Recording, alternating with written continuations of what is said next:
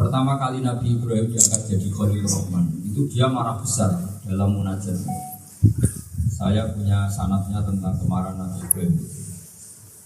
Beliau ketika munajat marah besar, risau besar, dan beliau berdoa mengucapkan gini, ya Allah, innahu la yahzununi alla ara ahadan fil ardi ya'buduka ghairak. Ya Allah, saya ini susah sekali. Kenapa zat sepenting engkau kemudian menyembah hanya saya? Ini tidak fair, ini tidak benar. Engkau zat yang begitu penting, kemudian orang melupakan engkau. Yang tahu kalau kau penting saya tahu, ini tidak fair. Jadi ibarat misalnya negara itu ada presidennya, rakyatnya nggak ngerti apa itu presiden. Kamu punya anak kamu tidak tahu kalau kamu bapaknya. Kamu punya istri kamu nggak tahu fungsinya kamu, itu kan mangkelon.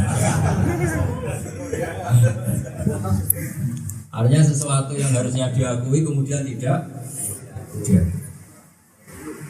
Nah ini ngaji tauhid yang ringan tapi cukup untuk menjadikan kamu wali. Jadi kita ajari yang ringan-ringan tapi cukup untuk jadi daftar apa? Jadi wali. Saya ulang lagi ya. Agama itu diantara asal itu apa? At-tahaddi wal iqrar, mengakui satu kebenaran, ketutupan atau memaklumatkan dua kebenaran kemudian harus diakui. Maka yang dikatakan tauhid itu apa? Al-iqrar.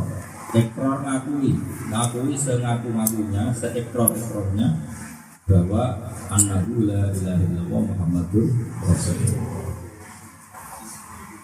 Nah, kemudian Ibrahim itu marah besar. Masa zat yang sepenting engkau ya Allah, kemudian yang tahu bahwa Tuhan itu hanya saya, ini apa-apaan, ini tidak fair. Tidak terima Nabi Ibrahim, resah. Seperti resah Anda, orang nempat di buminya Allah, orang Korea nempat di buminya Allah, minum air ciptaan Allah.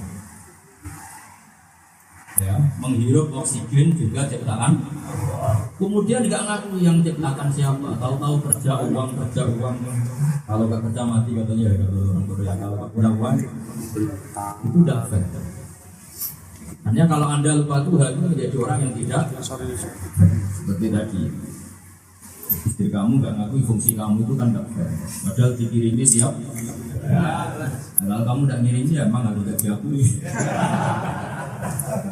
Nah ini Allah itu menciptakan langit, bumi, bikin oksigen, bikin apa saja yang jadi kebutuhan manusia. Kemudian eksistensinya Allah ini tidak diakui.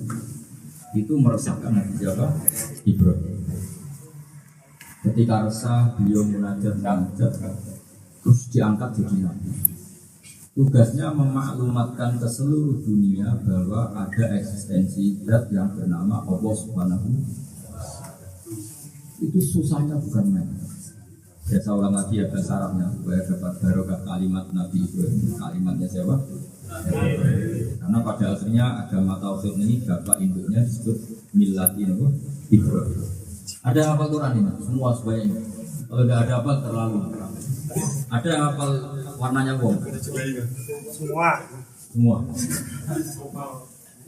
Innahu la yahzununi alla ara ahadan fil ardi ya'buduka ghairi. Ya Allah, saya ini risau betul karena di bumi ini yang mengakui engkau Tuhan hanya saya. Itu ibarat gini. Kamu punya istri cantik, kemudian yang aku cantik kamu kok semua orang bilang jelek, mantel ya. Tapi cantik betul. Tapi semua orang bilang mantel ya. Mantel.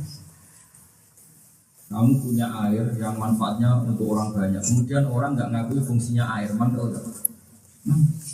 Semua kebenaran, semua apa saja itu butuh diakui eksistensi.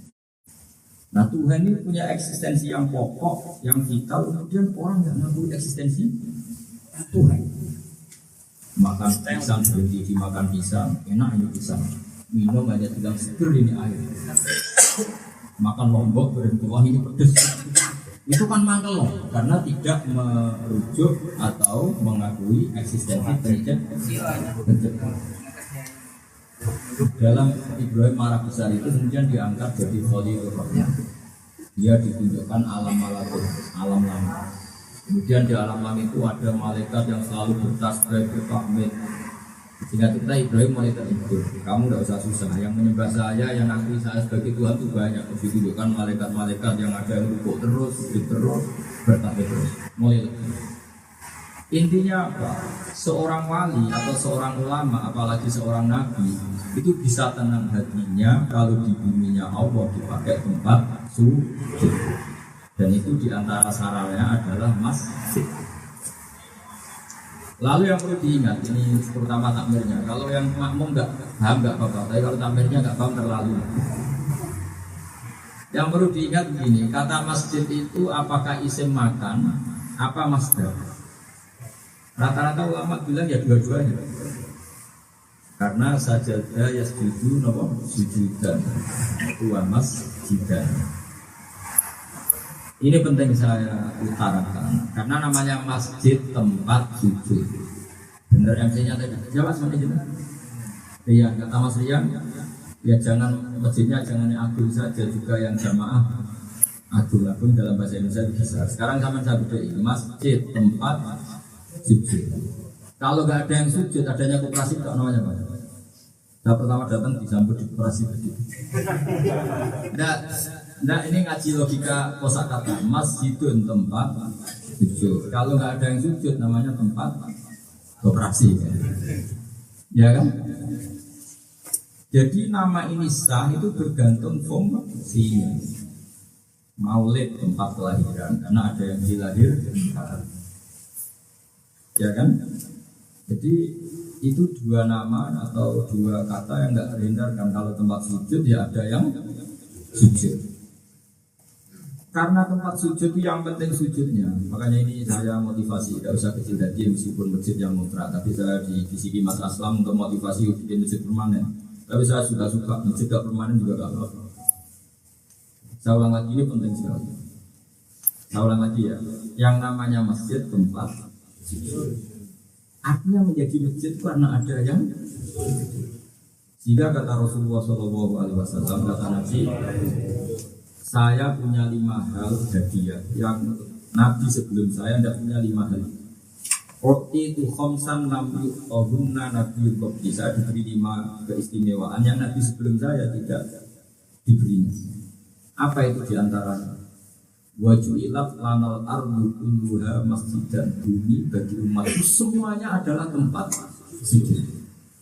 Jadi para pengontrak sudah berbesar hati. Mengontrak apa? Masjid. Ini penting saya utarakan. Tentu saya kalau nuruti senang lebih senang masjid permanen. Tentu ya, nuruti senang. Tapi nuruti senang itu jangan menghalangi keistimewaan umatnya Rasulullah yang sah sholat di bumi ateis, sah sholat di toko, di pabrik, di pesawat, di mana saja. Karena wajuilat lanal ardu kulluha masjidan. Semua bumi diciptakan untuk saya sebagai tempat. Jika kalau di pabrik ada jeda 5 menit, 10 menit, katanya kan boleh sholat atau boleh rokok atau boleh ke kamar mandi. Bisa dipakai nyolong waktu untuk apa? Sholat. Meskipun di kamar apa? Mandi, asal jangan di apanya itu klosetnya. Ini penting saya utarakan. Saya termasuk tipikal ulama yang nggak mau tunduk sama keinginan. Keinginan itu boleh, tapi nggak boleh merusak konstitusi ulama. Di antara kekhasan umat ini adalah sujud sah di mana saja dan kapan saja. Sehingga umat dulu itu susah. Misalnya kangen Allah itu dia harus datang ke sinagog. Kangen Tuhan harus datang ke biak. Lalu di makswami'u wa bi'u wa sholawatu wa masajid yuzkaru fiha semua. Susahnya bukan. Tapi umatnya Nabi fa'aina ma'adrokat tas-sholat fasolli. Di mana saja kamu ketemu waktu sholat, maka sholatlah di situ, dan di situ otomatis menjadi masjid. Maka jenengan semua ini sholatnya hebat betul. Kalau sampai orang Cilacap, itu masjidnya ya sepanjang Cilacap sampai mana? Di mana ini? Di karena dari Kroya sudah sholat, bisnya paling macet di Kaliwungu ya sholat. Nanti mampir di Jakarta, sholat di Tangerang, sholat itu masjidnya sepanjang Kroya sampai. Andai kan masjid bergantung tempat, malah kita yang menyaksikan kita sujud itu sedih. Apalagi kalau kamu sholat di jalan tol di tengah, wah itu jadi saksi yang keren. Karena pasti diusir polisi. Ini penting saya utarakan supaya fungsi sujud itu ya jangan terjebak tempat. Ya saya ulang lagi ya, waju'ilat lanal ardu kulluha masjid. Semua bumi dijadikan untuk umatku layak sebagai tempat. Lalu yang namanya sujud itu apa? Kata Allah dalam surat Jin, wa annal masajida lillah fala tad'u ma'allahi ahada. Sesungguhnya kesujudan, ketundukan, sujud itu hanya berhak diberikan kepada Allah Subhanahu. Maka jangan pernah bersujud pada selain. Sujud itu maknanya ketundukan. Ketundukan itu ada yang berbentuk fisik, yaitu sujud dalam sholat itu namanya sujud apa? Fisik. Ada sujud yang bersifat maknawi. Kita tunduk sama aturan Allah yang namanya nikah harus dengan wali dan dua zat. Plus perempuannya mau tentunya. Kalau walinya mau, perempuannya tidak mau ya sama aja. Dapat istri tapi nggak bisa merasakan karena minggat. Ini penting saya utarakan, jarang orang yang mengutarakan ini. Jadi yang namanya sujud itu sebetulnya malah sujudnya itu bukan tempatnya. Sehingga zaman Nabi, zaman perang, juga zaman perang di Jerman itu sujud di mana-mana karena beliau perang brilliant, di mana-mana menjadi tempat sujudnya beliau. Bahkan kalau dalam hadis-hadis sholat sunat itu kesunatannya nggak boleh istiqomah. Kalau fardu istiqomah nggak apa-apa. Kalau sunat kesunatannya apa? Pindah-pindah tempat supaya saksinya. Bahkan Abi ini marah besar ketika seseorang itu kebaikan sholatnya dihabiskan di masjid.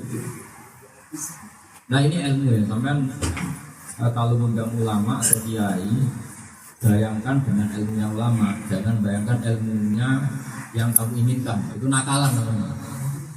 Banyak juga kan hadirin datang, bayangkan kiainya ngomong, datang ke masjid surga, melihat kiai surga, istighfar, akhirnya kiainya meninabuhkan, melihat kiai tapi tidak paham halal haram, sudah melihat kiai surga. Itu kacau. Begini kata Rasulullah SAW, ada seorang sahabat yang semua kebaikan sholatnya dia di masjid. Nabi marah besar. Sampai Nabi ngendikan, la taj'alu buyutakum kuburan, jangan jadikan rumah kamu sebagai kuburan karena tidak keduman, tidak kebagian sujud. Makanya banyak rumah yang tidak barokah. Banyak orang sholat tapi tidak barokah karena benar-benar tidak diilmoni. Di masjid sholat sampai qobliyah aja 4 rakaat, badiah 4 rakaat. Pulang ke istrinya, mana makan saya?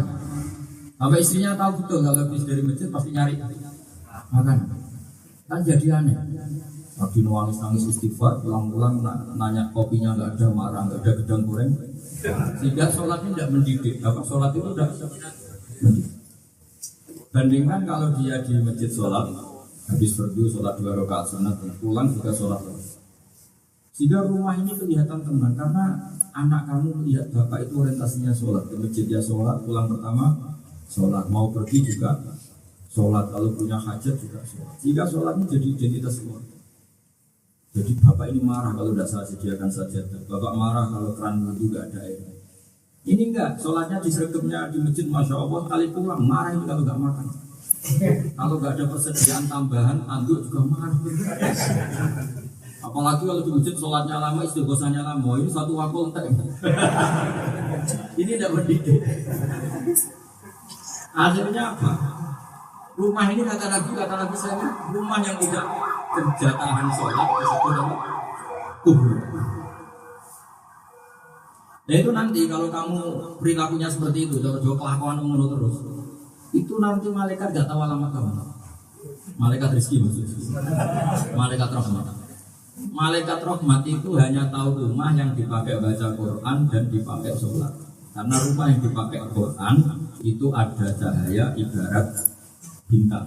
Makanya malaikat rahmat mengenali rumah itu sebagaimana ahli bumi mengenali langit lewat bintang.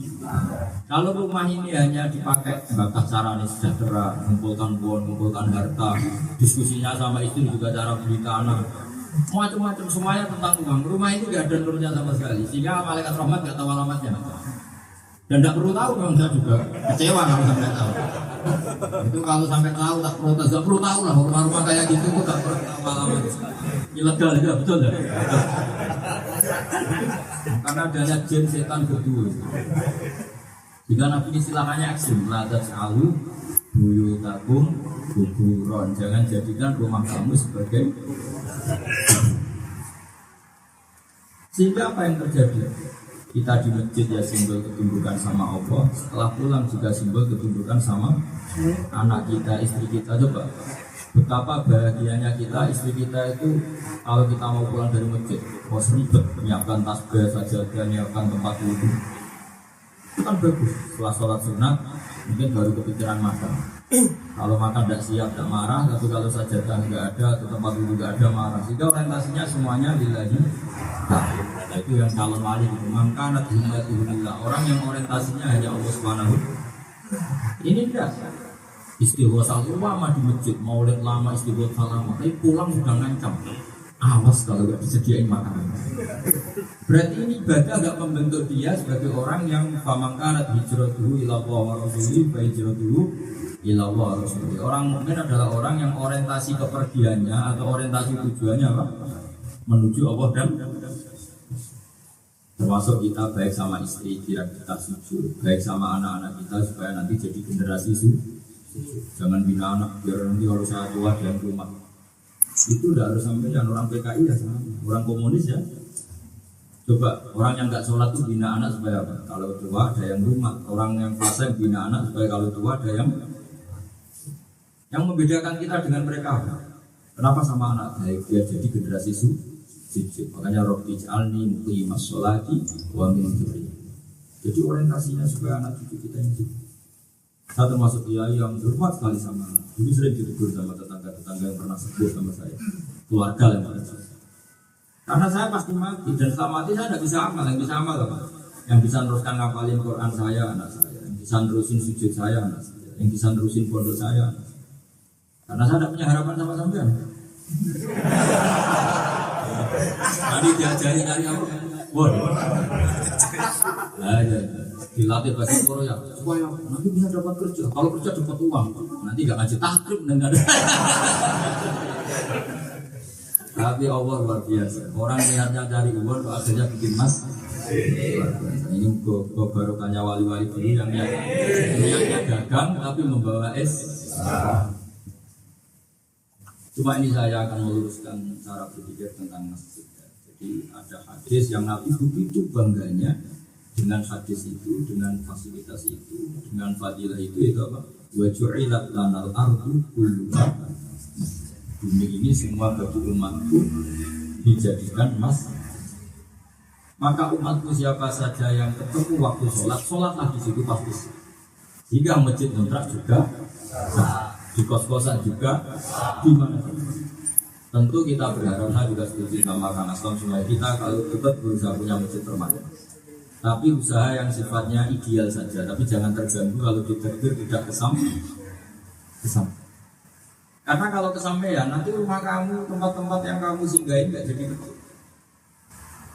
Makanya saya kalau sholat di hotel itu ya nikmat saja, ini bumi Allah yang memang bumi ini juga rindu dipakai tempat sujud. Saya pernah sholat di hotel Malaysia, pernah di Jordan, pernah di sekarang di Korea.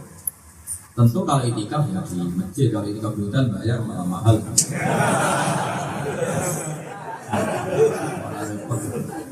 Nggak jadi itikaf sama lihat resepsionis malah bahaya. Tapi ini cuma saya cerita bahwa ini penting, makalah ini penting sekali. Statement ini, makalah ini penting sekali. Supaya agama ini tidak terpakai. Ada bumi yang kata orang banyak ini bumi ateis. Juga sah dipakai sujud.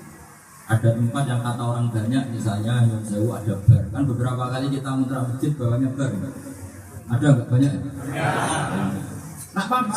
Yang malaikat nangani bar tukang adab ya sih bilakan. Yang susah malaikat rahmat harus lewati. Padahal mau menuju mas. Tapi tak jamin pasti tahu jalannya. Yang mungkin dari apa dia harus dari atas dulu apa?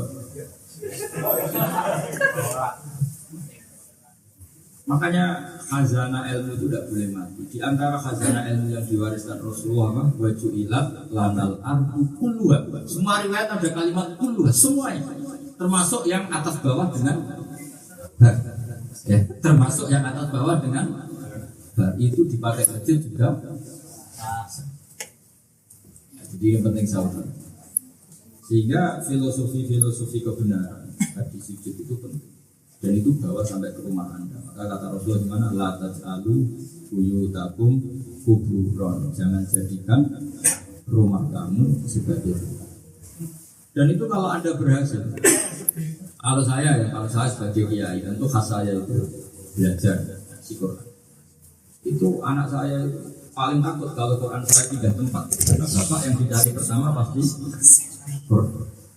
Jadi yang resiki rumah saya, mbak-mbak atau kang-kang itu ya takutnya bukan pengen berubah posisi Quran saya, kitab-kitab saya, karena paling sadar itu. Kalau istri kamu kan takut berubah posisi mie yang sudah dipersiapkan, udang goreng yang sudah dipersiapkan. Ini kan hantu makanan, kalau nggak kesampaian apa? Marah. Bilang atas sudah gak apa-apa, tapi jatah udang gorengnya dimakan orang. Marah. Ya gitu kalau jamaah ada Bapak Imam masjid kok kelakuannya gitu.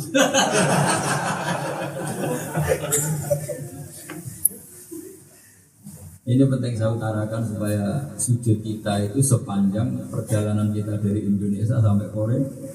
Kamu sholat di terminal Bandara Suta itu kan keren. Pernah sholat? Pernah Gusti. Saksinya apa? Bandara Suta sebesar itu. Jadi saksi kamu. Kayak apa kerennya? Apalagi yang orang Jawa Barat, sholatnya di mana? Di Gunung Selamat dekat Jinjin itu. Wah, sholat di Himalaya, misalnya kita punya pendaki gunung, sholatnya di Himalaya. Saksinya nggak tanggung-tanggung, gunung Termai, gunung Himalaya. Keren lagi di tengah magma Garundung. Wah, tambah keren. Tapi nggak dihitung sholatnya, dihitung bunuh diri. Jadi semua tempat yang kita pakai sholat itu semuanya jadi saksi. Itu namanya juga masjid. Maka pertanyaan kita yang namanya masjid itu apa? Tempat sujud. Sehingga yang tidak diresmikan takmir jadi masjid pun sebetulnya asal kita sholat di situ namanya masjid. Nah kemudian masjid seperti ini yang kita jumatan, bahasa Arabnya tidak masjid kok, masjid jami'. Ada kata jami' karena sah atau sah jadi tempat jumatan. Jadi sebenarnya pembeda masjid yang di Galunggung tadi, Gunung Slamet, Galunggung terus. Apalagi kalau sholat Anda di gunung yang dipakai Mak Sugian itu tapi, kodok kenal kami. Itu malah keren. Kamu kusuk.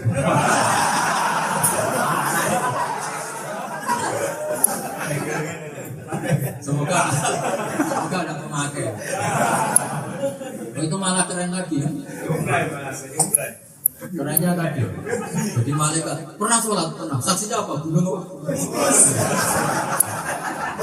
Pernah sholat. Saksinya gunung apa? Ali. Itu keren.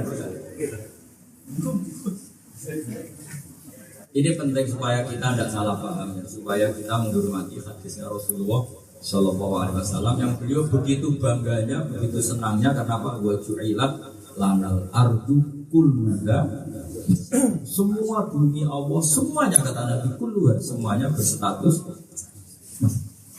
Lalu masjid yang dipakai juga, ini bahasanya Masjidul Jami', masjid yang pengumpul. Jami' itu pengumpul umural muslimin. Jami'un umural muslimin atau jami'un di umuril muslimin. Karena zaman Nabi Jumatan ya di masjid, rapat ekonomi ya di masjid, mikir strategi perang ya di masjid, disebut Masjidul Jami'. Makanya ada ayat istilahnya orang mukmin itu siapa?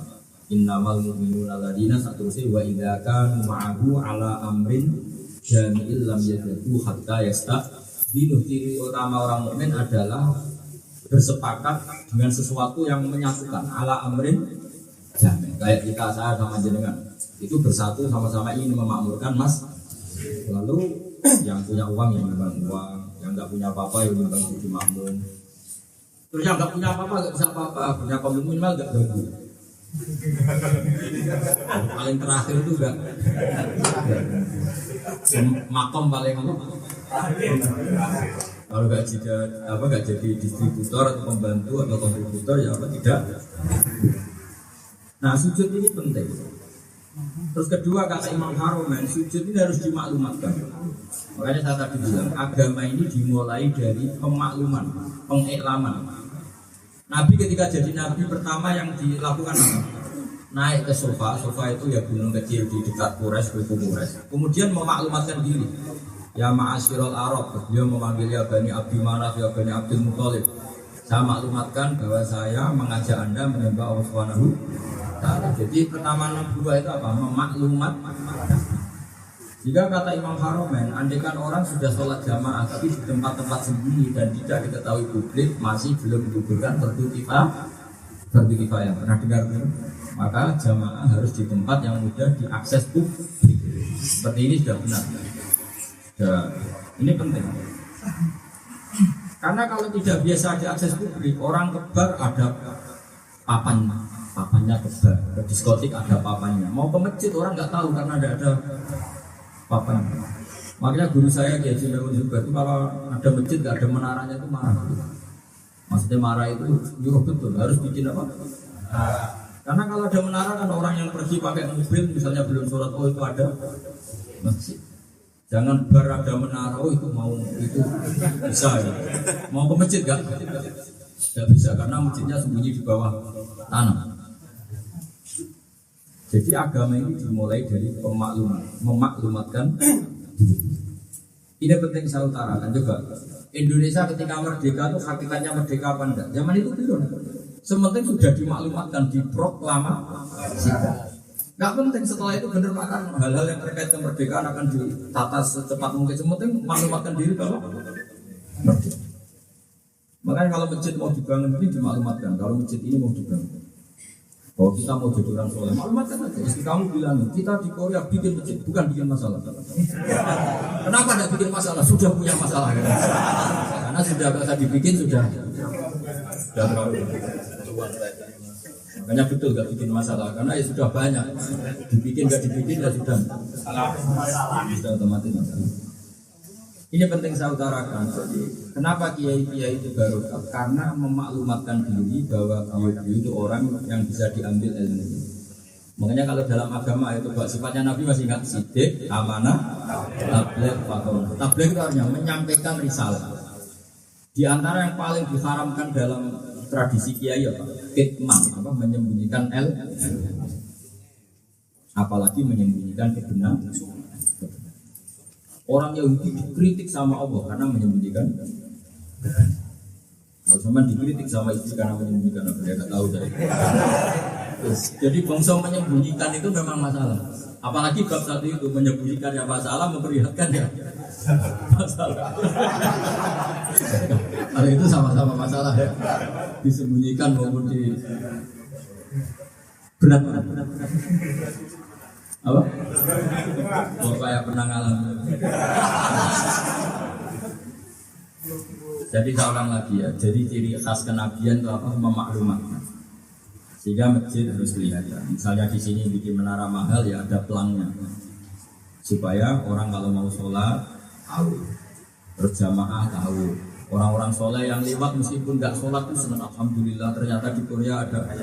Wah itu kak wali-wali yang lewat Korea itu mesti senang. Alhamdulillah ada masjid. Malaikat yang lewat-lewat juga senang. Alhamdulillah ada masjid. Jadi tahu alamatnya di sini. Tapi kalau sudah tidak ada sujud, maka bumi ini sudah tidak penting untuk Allah Subhanahu wa Ta'ala. Kata Allah dalam sebagian hadis qudsi, seorang lagi kata Allah dalam sebagian hadis apa? Ahli bumi ini adalah orang yang layaknya hanya satu, dia ada. Karena mereka itu hanya bikin gaduh saja, bikin masalah saja. Kalau tidak gimana? Makan dari Allah, semua nikmat dari Allah, rezeki dari Allah. Kemudian mereka kadang dugem, kadang riset, kadang apa saja yang mengganggu ketenangan bumi. Ada yang jadi koruptor, ada yang jadi macam-macam. Kata Allah, laula rijalun ruk'un wasibyanun rut'un wa baha'im rut'un la subabna 'alaihimul adzab bisabba. La subabna 'alaihimul adzab bisabba. Kalau saja saya tidak mempertimbangkan orang-orang yang mau bersujud dan saya tidak mempertimbangkan anak-anak kecil yang masih menetek ibunya, menyusui ibunya, menyusu ke ibunya dan melihat hewan-hewan yang enggak punya dosa, maka ahli bumi mau saya siksa semua. Jadi Allah itu melihat bumi itu hanya melihat tempat sujud. Maka kata ulama-ulama tasawuf, masjid atau tempat sujud mahallun nadzurillah, tempat Allah melihat. Ya Allah itu sudah murka sama penduduk bumi. Jadi kalau mau mengadab pakai Mars atau pakai planet apa itu masih mempertimbangkan yang sujud. Jadi mereka tidak disiksa itu baru hanya karena masih ada yang. Makanya ada ayat wa maka nawahu yu'adzibahum wa anta fihim. Allah tidak akan menyiksa mereka sementara kamu Muhammad ada di situ. Nah, sekarang kan Nabi secara zahir, secara lahir sudah kembali entah pola ila rafiqil a'la sudah wafat. Yang ada adalah warisan-warisan kanjeng Nabi, yaitu sujud itu warisan dari siapa? Maka kita pertahankan. Allah tidak akan menyiksa kaum kalau di situ masih ada wirasa nabawiyah, yaitu sujud kepada Allah Subhanahu. Kalau tidak sudah dihabisi begitu. Dan sujud ini yang menjadi identitas kita. Kata Said Zabidi dalam Sarah Ethaf, sujud itu sajiyatun wa malakatun. Sujud itu watak kita, mental kita, dan status kita. Kalau manusia tidak mau sujud sama Allah, berarti dia lupa statusan dia hanya sebagai hamba. Misalnya gini, khasnya seorang pekerja sama bosnya apa? Tunduk. Kalau nggak tunduk sudah hilang khas sebagai hamba. Kalau Anda tidak sujud sama Allah berarti hilang status sebagai. Statusnya apa ya? Musuh. Namanya nggak nurut statusnya ya musuh. Kalau musuh nggak pantas berjejer di surga. Pantasnya di mana? Neraka. Maka pertama seorang manusia itu apa? Berdaftar diri sebagai hambanya. Makanya ada ayat apa ya ayat Tuhan nafsul mutmainnah irji'i ila rabbiki radiyatan. Misalnya apa? Fadkhuli fi ibadi wa dkhuli jannah. Masuklah berstatus sebagai hamba-Ku. Baru setelah itu masuk surga. Nah, status kehambaan paling gampang itu apa? Dimulai dari sujud. Karena itu penghormatan paling totalitas. Yang batuk kepala itu harusnya di atas, demi sujud kita letakkan di. Yang biasanya pantat itu di bawah, demi sujud malah di atas. Itu kan simbol ketundukan yang total. Nah simbol ini jangan hanya di masjid agung, tapi juga saat kita di rumah dikontrakan. Sehingga kalau kita pulang, kemudian sholat sunatnya dihabiskan di masjid, Nabi marah kata Nabi, la taj'alu buyutakum kuburan, jangan jadikan rumah kamu sebagai kuburan karena tidak mendapat jatah apa? Tapi kalau sholat fardu kesunatannya di masjid. Tapi kalau sholat sunat harus sebagiannya di rumah. Tapi jangan biasa ya. Yang nggak boleh itu biasa sama apa? Masih pinter gitu. Ternyata hebat. Tak kira sudah lupa semua. Maju lah. Jadi saya di sini memang sengaja cerita tentang surat Iqra diturunkan ditutup dengan apa? Wasjud maka kamu sujud kemudian kamu menjadi orang yang dekat sama Allah. Wasjud maka kamu sujud kemudian kamu menjadi orang yang dekat sama Allah SWT. Karena sudah berstatus yang benar yaitu hamba. Ketika nanti mendekati kiamat itu semua orang itu pikirannya satu. Kata Rasulullah wa hatta takuna sajdatu wahidatu khairan minad dunya wa ma fiha. Jika berkesempatan satu kali sujud saja lebih baik dibanding dunia saja. Nanti kalau kalian sudah mati di akhirat, yang dilihat Allah pertama itu sholat kamu, tidak jumlah uang yang kamu tanggung. Yang dilihat itu sholat kamu, benar enggak? Itu saja yang sekali sholat itu benar, hisab lainnya dipermudah. Kayak apa ya? Daripada benar sendiri susah, jamaah saja, ikut rombongan. Nanti yang dihisab biar ketuanya. Ini umat Islam. Jadi kamu kalau sholat dihisab, ya Allah ketuanya. Sepakat ya? Ini kan gitu, aturannya kan gitu. Ya mana tuh kula unasim imami. Semua manusia tak panggil itu yang penting apa?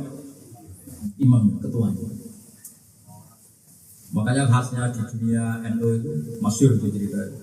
Ya Khalid Bangkalan, pernah dengar tuh? Sebona Khalid Bangkalan, gurunya siapa? Bahasim. Itu kalau nalkin mayat itu lucu. Ji, saya ini sibuk. Mayatnya itu misalnya kaji. Ji, saya ini sibuk karena mau ngajar santri. Ya nanti kalau ditanya malaikat marah juga mana bilang nunggu ketua.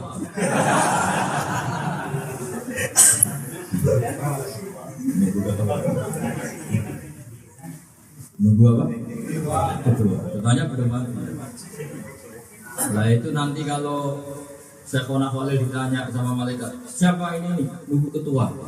Tentu pemimpin terakhir adalah Rasulullah SAW. Nah, itu malaikatnya pasti tidak berani, tidak jamin. Maka aman, Pak. Makanya ini pentingnya sanad. Dan bangun nabi gurunya sampai Rasulullah SAW. Pas itu malaikat tidak berani, tak jamin. Monggo betul. Makanya ini pentingnya guru, pentingnya sanad. Karena kita tidak cukup, amal sampai cukup gak untuk masuk surga. Mbak sudah tahu. Nah, makanya tadi saya ngaji di masjid mana sebelum sini itu. Itu saya terangkan. Kesalahan kita ini tidak cukup untuk menjadikan kita masuk. Yang menjadi cukup ada unsur kebersamaan sama orang-orang baik. Makanya istilahnya Allah itu ya ayyuhalladzina amanu taqullaha wa kunu ma'as-shodiqin. Itu dalam bahasa Arab Allah itu memberikan maaf. Beradalah kamu, berstatuslah kamu maaf beserta orang-orang yang benar. Karena bukan minas shodiqin, bagian dari orang benar. Kamu tak paksa jadi orang benar gak bisa, dipaksa pun gak bisa. Mental gitu dipaksa gak bisa. Tapi kalau bersama orang benar bisa. Lu coba tangan dipaksa benar coba. Contohnya gini. Orang kalau terlalu sayang istri, tanyakan ibunya. Coba bilang aku. Yang terlalu sayang ibunya, mesti istrinya yang terlalu. Yang terlalu sayang temannya, meraktir temannya habis banyak kalau sama istrinya. Tapi terlalu sayang istrinya, teman kerjanya yang nyarikan kerja. Makanya kalau kata kitab tasawuf itu kalau mengkritik manusia itu siapa? Kata kitab tasawuf, manusia itu mangka nak mahasinuhu masawiyah. Pas apik lelek, mulai pas. Itu Pak, carikan suami yang baik. Ukurannya apa? Sayang istri. Kalau terlalu sayang istri, korbannya siapa? Ibu kamu, saudara kamu, keluarga kamu. Kalau terlalu sayang keluarga, korbannya sayang teman, korbannya istri. Tapi kalau terlalu sayang istri, korbannya orang itu siapa? Orang yang pas baik saja jelek. Maksudnya pas baik saja ada jeleknya. Apalagi pas. Coba kalau ada orang sering keluar baik karena silaturahim maknanya kan keluyuran. Kalau orang sering keluyuran artinya sering meninggalkan keluarga. Tapi kalau orang sering sama keluarga artinya tidak pernah silaturahim. Tidak ada pilihan. Istri juga gitu. Kamu sering istri cantik kamu jelek. Cantik. Kalau cantik agak aman apa?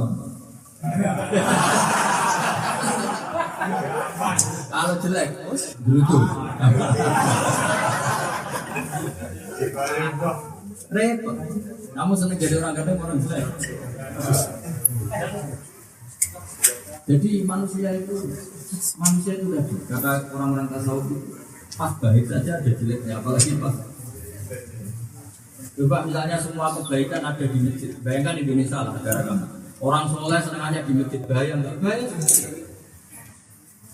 Tapi kalau orang soleh banyak di perempatan baru ada wanita solihah lewat karena yang di perapatan orang-orang soleh yang berbusung. Kalau ada kecelakaan, ada yang nolong, ada yang tersesat, ada yang jawab. Jika itikaf di masjid itu ya baik, tapi ada jeleknya. Gak ada sistem sosial yang terpadu untuk orang tersesat dan kecelakaan karena semua orang soleh tersentral di paham. Makanya di antara kesalahan yang diajarkan Nabi apa? Enggak apa-apa kamu duduk di jalan-jalan, niati bantu orang Islam. Tapi kalau semuanya di jalan-jalan, ini bedanya orang soleh sama preman. Semuanya kok ngegang di perapatan. Jadi itu bagus filosofi tadi. Manusia itu siapa? Mangkarat mahasinu masawiyah. Bagi falatatu masawi di masawiyah. Manusia itu orang yang saat baik saja ada jeleknya, apalagi pas. Coba kamu manjakan istri itu baik gak baik, tapi nanti ngelama. Tapi ya dimanjain enggak, milih mana?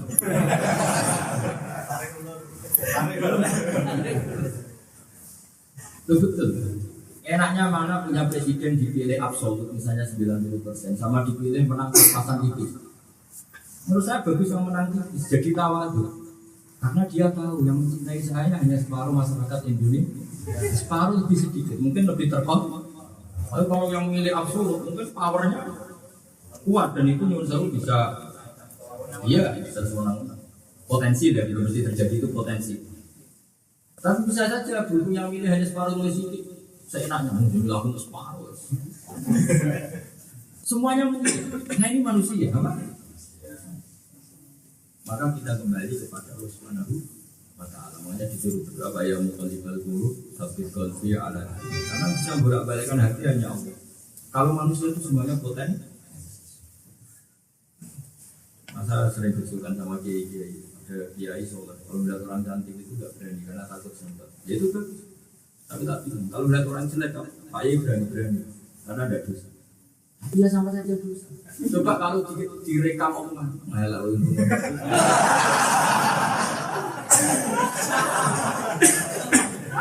menghukumi seperti itu dosa apa enggak? Ya sama-sama coba melihat orang yang coba sabar, lihat orang jelek coba susah. Kamu berteman orang kaya, biasanya penyakitnya berteman orang kaya itu tomak menjilat. Kalau berteman orang bawaan biasanya menginjak. Itu kiai itu orang yang meneliti ilmu itu. Makanya kiai itu ya bingung mau berteman menteri takut gila, berteman yang di bawahnya takut menginjak. Akhirnya seperti saya itu ya anu takdir saja. Kenal menteri yang mau asal takdir, dikenal karyawan yang mau, dikenal orang Korea yang mau, pokoknya anu takdir. Karena kalau Allah yang memilihkan yang menjawab biar Allah. Banyak dalam ilmu tasawuf disebut kun muradan wala takun muridan. Berposisilah orang yang dikehendaki Allah, jangan yang mengatur kehendak. Karena kalau kita yang ngatur itu jadi repot. Paham ya? Kalau kita yang ngatur jadi apa? Ini penting saya utarakan, penting apa? Kita sujud sama Allah Subhanahu wa Ta'ala. Jadi fungsinya masjid tadi ingat ya, dikatakan tempat sujud karena ada yang sujud. Tapi sebetulnya di antara keistimewaan umatnya Nabi apa? Wa ju'ilat lanal ardu kulluha. Sehingga saya tetap senang kalau punya masjid permanen, senang dan kita bergerak untuk supaya punya masjid permanen. Tapi jangan menghalangi keistimewaan umatnya Rasulullah Sallallahu Alaihi Wasallam yang sholat sah di mana? Maksud nama sholat di bandara mana? Soekarno Hatta atau di Incheon, kan keren. Saksinya kalau pernah sholat di mana? Bandara Soekarno datang. Semuanya agak menyaksikan kecuali di pinggir Thailand itu. Wah ini pernah di sini. Di Dewa juga gitu, di Seoul juga gitu. Pernah sholat dulu tuh pabrik di Seoul, besar, di pabrik besar. Ternyata saksinya yang pas pinggir. Karena bolehnya sholat pas sampai ke Thailand. Ya nggak apa-apa, tapi itu kuat. Kenapa saya mengutarakan ini? Karena hadis-hadis seperti ini nggak populer. Ini yang terakhir, ini karena akhir Jumat. Nanti berdoa ya, karena diantara saat mustajab adalah ba'da akhiril yaumi min yaumil Jumat, akhir dari Jumat. Doanya nggak perlu dipimpin karena kadang tadi nanti yang mimpin tanggung jawab.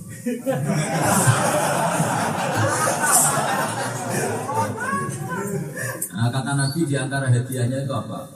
Wa u'titu khawatima suratil Baqarah, dan saya diberi hadiah akhir dari surat Baqarah itu akhirnya itu luar biasa. Kita kayak bikin emosi sama Allah. Kamu itu potensi salah apa pasti salah? Pasti salah. Yang masa lalu ya sudah salah, masa depan juga akan salah. Rai-rai jenis potensinya pasti salah. Maka kita bikin perjanjian sama kata Nabi, kita dihadiahi satu akhir surat yang luar biasa. Yaitu sebelum salah kita sudah perjanjian sama Allah. Karena lalu akhirnya ya Allah begini loh ya. Kalau suatu saat kapan-kapan saya lupa atau salah, jangan disiksa. Lalu akhir kalau dia mana di lalu akhir ampun ngalap panjenengan, jangan disiksa ini.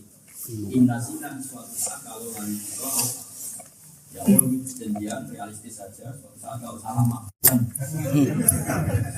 Itu Allah bilang nggak ambil. Pemikirin belum. Seperti zaman itu. Kapan di Korea itu kan bawa segudang di Indonesia meninggalkan.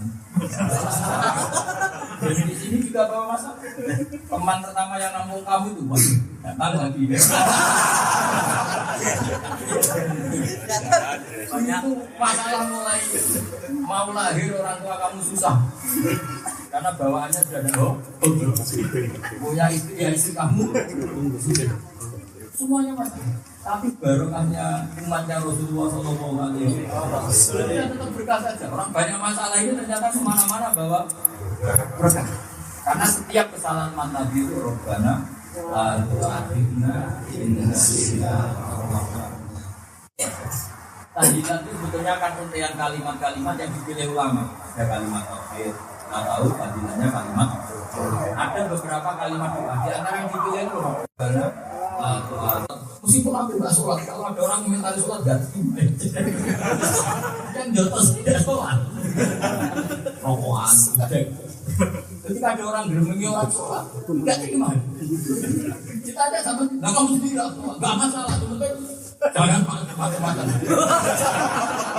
Itu mirip banser ngamalkan aja.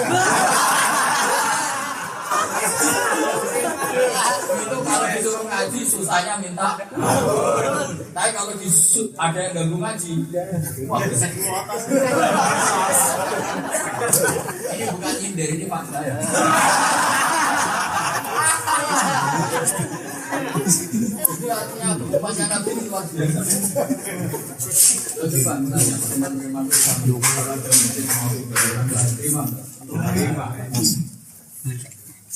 Tetap ada barokah.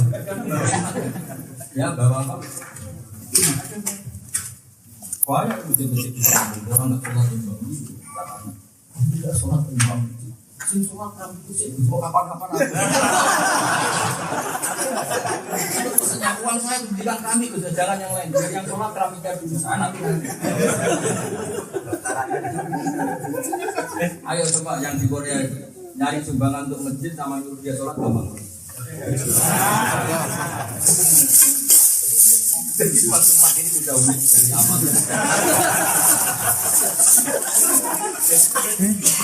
Ya makanya sering berdoa Rabbana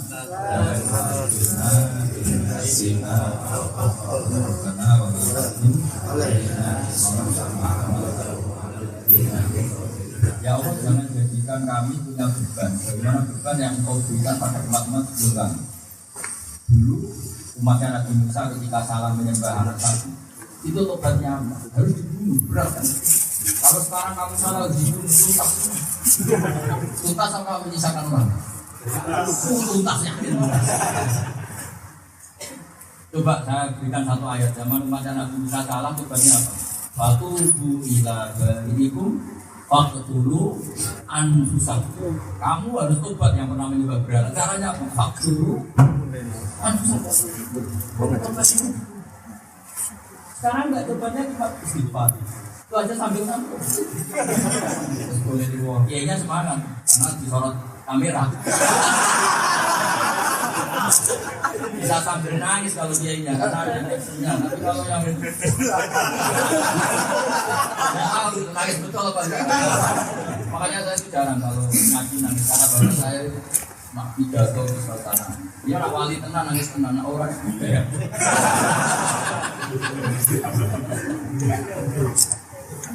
Kalau nangis nanti aja di kamar dulu.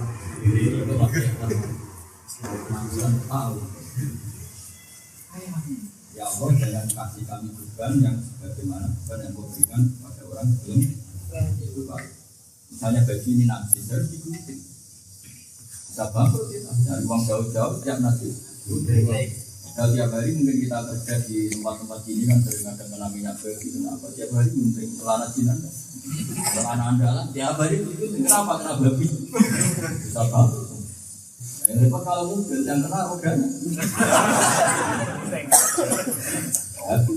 Tapi umatnya Nabi cukup gitu. Rabbana wala tuhammilna ma la taqata lana. Jangan bebani kami sesuatu yang kami tidak mampu. Ini kita terbebas dari sesuatu yang kita rindu keluarga ada kita rindu Allah ada mas, rindu lama ada saya jadi itu mati. Saat selalu mati. Alhamdulillah banyak orang ini apa saja kita. Maka kalau orang dari keluarga itu banyak. Dalam rindu keluarga itu Akhirnya terobati kan seperti kampung halam. Akhirnya keterusan ngambil lagi anak tujuh.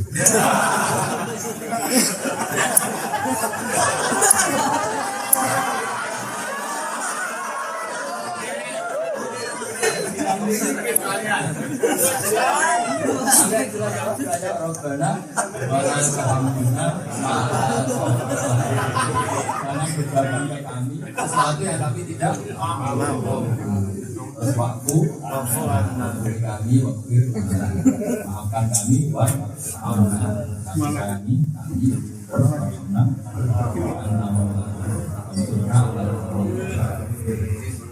hanya tetap optimis pada akhirnya nanti tetap pansurna. Contoh paling gampang Uni Soviet, kayak apa juga yang Uni Soviet, kayak apa lemahnya akhirnya Uzbekistan. Ketika terkooptasi oleh kekuatan Uni Soviet 100 tahun, apa yang terjadi? Malah yang Uni Soviet pun mereka berdiri sebagai negara Islam. Karena apa tadi? Anta Maulana Surna Al-Qawmi. Assalamualaikum warahmatullahi wabarakatuh.